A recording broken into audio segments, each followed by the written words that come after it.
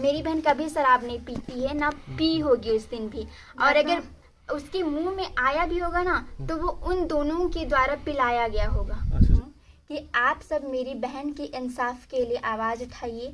आप लोग भी हमारी सहायता और हमारी सहयोग करिए कि कल आपकी बेटी भी अनसेफ ना हो, कल आपकी बेटी के साथ भी कहीं ऐसा ना हो। बोली कि मैं 1 सप्ताह के बाद वापस आ जाऊंगी।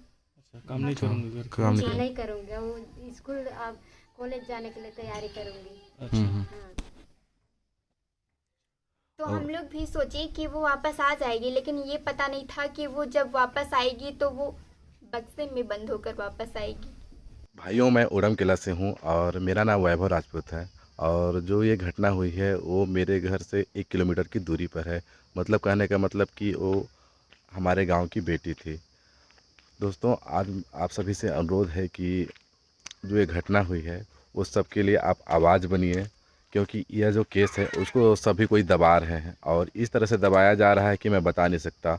पुलिस, नेता और मीडिया सभी इसको इस तरह से दबाया जा रहा है कि मतलब उठने ही नहीं दिया जा रहा है। सभी कोई शांत है ना। अगर शहर की बेटी होती तो पूरा कैंडल मार्च निकालते, जुलूस निकालते और फिर चक्का जाम करते। इस तरह से कुछ भी नहीं हुआ है और घटना शनिवार को हुई है और आज हो चुका है बुधवार। ना इसके लिए कुछ अभी तक किसी ने बढ़िया से आवाज़ उठाया है, ना किसी तरह का कुछ मीडियाबाजी हुआ है। तो आप सभी मेरे तरफ से या मैं अगर मेरी आवाज़ आप लोग तक पहुंच रही है, आवाज़ बनिए। और सभी से अनुरोध है कि आप जस्टिस फॉर अमीषा का ट्रेंडिंग चलाइए, जिससे कि उस लड़की को इंसाफ मिल सके। दोस्तों, अभी मैं मम्मी और बहन से अभी बात करने वाले हैं हम लोग और इस बात पे चर्चा कर रहे हैं कि वे कहाँ कहाँ गए थे, मतलब क्या काम कर रही थी और उसके बारे में। और इनका व्यवहार देखिएगा तो हमारे यहाँ आते जाते रहते हैं हमेशा, मतलब शांत स्वभाव से ही हैं, बहुत ही अच्छे इनका नेचर है। इनके पापा भी बहुत अच्छे हैं, लेकिन क्या ही बोलें, इनके लिए आवाज़ कोई नहीं बन रहा है। सर की मम्मी है। हाँ। और आप उनकी मैं बड़ी बड़ी बहन। आप लोग को कब पता चला उनके बारे में? संडे को दोपहर में ऐसे 2-3 बजे। अच्छा, घटना कब का है? ये शनिवार का है जी। अच्छा, क्या पता चला आपको? कैसे पता चला? क्या बोलते हैं, एक पप्पू नाम के हैं, मेरे दादाजी लगते हैं। वही मेरे पापा के पास फ़ोन किया और सिर्फ इतना बताया कि घटना हो गई है, आपके घर से अंबिकापुर में कौन रहते हैं। हाँ। उसके बाद में मैं उसका मोबाइल कम से कम 3-4 बार कॉल करके ट्राई करी, लेकिन कोई रिसीव नहीं की। अच्छा। तो उसके बाद में फिर बाद में हम लोग को पता चला, वो मेरे चाचा जो हैं जिनके घर में वह रहती थी ना, जिनकी बहन थी, उन्हीं के घर में गई और मैं उनसे पूछी कि अमीषा अपना कॉल रिसीव क्यों नहीं कर रही है। तो मेरे को वहाँ से पता चला कि अमीषा को तो मार दिए हैं। अच्छा। हाँ, और मम्मी को वहीं से पता चला तो मम्मी रोते हुए आया, तो मैं कंफर्म करने गई थी कि क्या हुआ ऐसा। तो फिर वहाँ से मेरे को पता चला कि अमीषा को मार दिए हैं। ये घटना होने के बाद उनके यहाँ जो रूम में रहते थे वो भाग गए शायद उसी रात को। तो फिर मेरे को लगता है कि उन्हीं की साजिश के द्वारा ऐसा कुछ हुआ है। जब वो शाम को काम करने के बाद वापस आ रहे थे तो फिर अपने साथ जब ला ही रहे थे तो उसको घर तक क्यों नहीं लाए, बीच रास्ते में ही क्यों छोड़े। और अगर खुद की हैं तो मेरी बहन ऐसा क्या की थी कि उसको मारना पड़ा।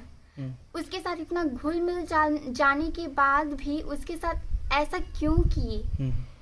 वो बता रहे थे कि शराब भी पिए हैं करके। क्या शराब? हाँ। मेरी बहन बचपन से लेकर आज तक शराब का एक बूंद भी मुंह में नहीं ली है, तो शराब कैसे पी सकती है। मेरी बहन कभी शराब नहीं पीती है, ना पी होगी उस दिन भी। और अगर उसके मुंह में आया भी होगा ना तो वो उन दोनों के द्वारा पिलाया गया होगा। अच्छा, जबरदस्ती। जी। अच्छा। और शराब नशा बनाने के लिए तो मैं भी खुद नहीं जाती। तो मेरे बेटी घर में कोई नहीं पीता आपके, है ना? जबरदस्ती का ये आरोप लगा रहे हैं जी। और पढ़ाई कहाँ यही की है ना? वंदना में बायो लेके इस बार 12th में थी तो 2nd डिवीजन से वो पास हुई थी। और वो मेरे मम्मी पापा कितना करेंगे बोल के जब छुट्टी था, रिजल्ट नहीं आया था, तो वो काम करने गई थी ताकि वो अपना कुछ मतलब पढ़ाई में हेल्प हो सके, इसलिए कुछ कमाने के लिए गई थी। अंबिकापुर गई थी? अंबिकापुर चाउरपारा में थी। अच्छा जी। 2 सप्ताह काम करके घर वापस आई थी और उन्हीं 2 लोगों के साथ आई थी जो उस दिन फरार हुए थे और जिनको पकड़ा गया है। अच्छा। जी। और वो लोग भी अपना परिचय बताए हुए थे कि बरपाली के हैं और ये मतलब कंवर है, मैं उरांव हूँ, हम लोग हस्बैंड वाइफ हैं, 2 साल से वहाँ पर काम कर रहे हैं, ऐसे बताए हुए थे। अच्छा। हाँ, तो हम लोग सोचे कि ये लोग अच्छे हैं। हाँ। और फिर हम लोग भी दोबारा मतलब भेज दिए कि काम अच्छे से करिए। बोली कि मैं 1 सप्ताह के बाद वापस आ जाऊंगी। अच्छा, काम नहीं करूँगी घर काम हाँ, नहीं नहीं करूँगी, वो स्कूल अब कॉलेज जाने के लिए तैयारी करूँगी। अच्छा। हाँ। तो हम लोग भी सोचे कि वो वापस आ जाएगी, लेकिन ये पता नहीं था कि वो जब वापस आएगी तो वो बक्से में बंद होकर वापस आएगी। तो मैडम रिपोर्ट वगैरह आ गया है उसका? पोस्टमार्टम का रिपोर्ट को शायद पापा लोग देखे हैं। हाँ। लेकिन पोस्टमार्टम भी एक अलग ही तरीके से हुई। गले को ऐसा तिरछा काटा गया है, सर में हुआ ही नहीं है कुछ, और नीचे पता नहीं क्या हुआ होगा। और उसमें शायद ऐसा बताया जा रहा है कि उसके साथ ऐसा कुछ हुआ ही नहीं, रेप वगैरह कुछ हुआ ही नहीं। सीधे मर्डर किया है। पता नहीं वो सब तो, लेकिन कुछ नहीं बता रहे हैं उसके बारे में भी। तो अभी आप लोग क्या चाहते हैं अभी? हम लोग चाहते हैं कि मेरी बहन का सही न्याय हो, ताकि और किसी बहन का ऐसा ना हो। क्योंकि इसके बाद में हम सबके मन में ये डर बैठ गया है ना कि जब हम लोग भी बाहर जाएंगे तो हम लोग के साथ भी ऐसे ही होगा। जी। मेरा लड़के नहीं है, सिर्फ लड़की केवल है 5 जने।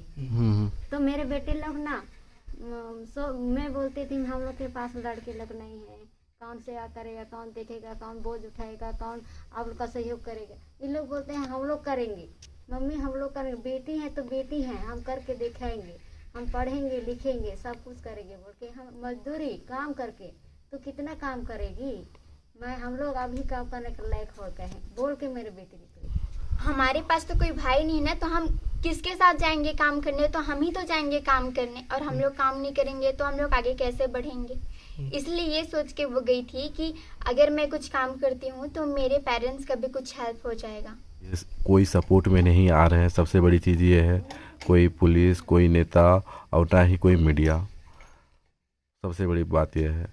और धीरे धीरे लोग आ रहे हैं, आपका सहयोग चाहिए। और आप भी कोशिश कीजिए कि जितना हो सके लोगों तक पहुंचाइए, और आप इनके लिए और जस्टिस फॉर हमेशा का ट्रेंड चलाइए और लोगों तक पहुंचाइए। तो इंसाफ दिलाने की जो प्रोसेस है वो भी एकदम धीरे धीरे चल रही है। अगर यही शायद किसी बड़े मंत्री की बेटी के साथ, किसी एसपी की बेटी के साथ, किसी कलेक्टर की बेटी के साथ हुई होती तो ये 2 दिन में खत्म हो जाता और उस अपराधी को उसका सजा मिल चुका होता। लेकिन आज ये एक आदिवासी बेटी के साथ हुआ है, तो ये बहुत स्लो चल रही। बेटी आज जो अनसेफ है वो कल आपकी भी हो सकती है। मेरी बहन को उसका सही न्याय मिलना चाहिए। वो थाना के 100 मीटर दूर ही वहाँ पर मेरी बहन के साथ ऐसा हुआ, कल को कहीं पुलिस थाने के अंदर ही ना हो जाए। इसलिए मैं आप सबसे यह आग्रह करती हूँ कि आप सब मेरी बहन की इंसाफ के लिए आवाज़ उठाइए। आप लोग भी हमारी सहायता और हमारी सहयोग करिए कि कल आपकी बेटी भी अनसेफ ना हो, कल आपकी बेटी के साथ भी कहीं ऐसा ना हो। इसलिए आप सब हमारी आवाज़ बनिए।